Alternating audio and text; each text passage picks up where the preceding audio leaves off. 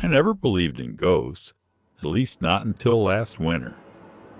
My name is Alex, and I just moved into a drafty old rental house on the edge of town. The place smelled faintly of cedar and dust, the kind of scent that clings to forgotten attics. The landlord warned me about the creaky floorboards and the occasional mouse. "Nothing serious," he said with a shrug. The first week passed without incident, unless you count the strange chill that settled in my bedroom every night. It felt like someone had left a window open, though I checked every time and found them all latched tight. I told myself it was an old house quirk. One night, rain hammered the windows like a fist. I lay awake, listening to the storm when I heard it. A voice. A whisper. It drifted from beneath my bed, so faint I almost thought it was part of the wind. "Alex!" I froze, heart kicking against my ribs. Maybe I'd imagined it. But then softer, drawn out like a slow breath. "I see you." Every muscle locked. My phone lay on the nightstand, glowing faintly with the time. 2:37 a.m. I grabbed it, fumbling for the flashlight, and swung my legs over the side of the mattress. I couldn't bring myself to look under the bed. The space below was just darkness, a perfect slice of black. I told myself it was a dream, a trick of sleeplessness. Eventually, I lay back down, the storm's rhythm carrying me into an uneasy half-sleep. The next morning, I laughed it off. Maybe the house was settling, or maybe I dozed off and dreamed the voice. But that night, it returned, clearer, closer. "Don't leave me here." The whisper was dry, like air moving over cracked lips. I shot upright, phone in hand. This time I forced myself to look. Nothing. Just shadows and the faint smell of damp earth. I slept with the lights on after that. By the third night, I was a wreck. I'd barely eaten, barely slept.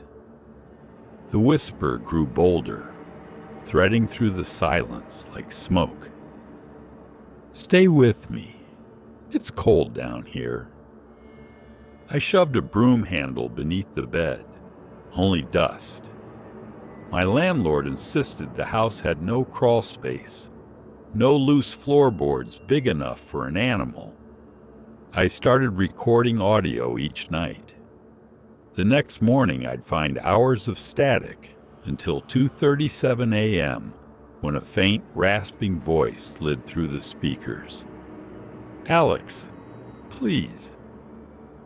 Hearing it outside of my own ears chilled me worse than the whisper itself. I invited my friend Marcus to spend the night. He was the kind of guy who laughed at horror movies, who'd call out a scam when he saw one. "Probably pipes," he said. We set up his phone to record as well and played cards until we both dozed off. At exactly 2:37 a.m., Marcus shook me awake. "Dude, listen." The whisper slithered from beneath the bed, loud enough that the wood floor seemed to vibrate. "Another one." Marcus swore and dropped his flashlight.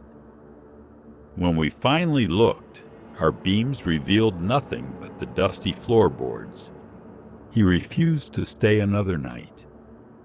I couldn't leave. I'd signed a 6-month lease, and my savings were almost gone. Instead, I researched the house's history. Records showed it had been empty for decades. Neighbors told me a boy once lived here years ago. They said he disappeared one night, never found. The fourth night, the whisper changed. It wasn't pleading anymore. It was angry. Why won't you listen? Come down. Come down with me. The floor beneath my bed trembled, subtle but real. I swear I saw the carpet shift as though something beneath was breathing. Terrified, I grabbed my bag and decided to leave. As I reached the door, the whisper sharpened into a hiss. If you leave, I'll follow. The lights flickered. My phone died, even though it had been charging. A cold wind surged from under the bed, smelling of rot and wet soil. I ran. I drove all night to my brother's apartment, but sleep wouldn't come. At 2:37 a.m., my phone, powered off, lit up on its own. A recording played. I'm under your bed now. The voice was right beside my ear, impossibly close. I dropped the phone. Now, no matter where I stay, the whispers return each night. Different rooms, different beds, it doesn't matter. Always 2:37 a.m. I can't see it. I can only hear the dry rasp, the promise that it's waiting. Forever.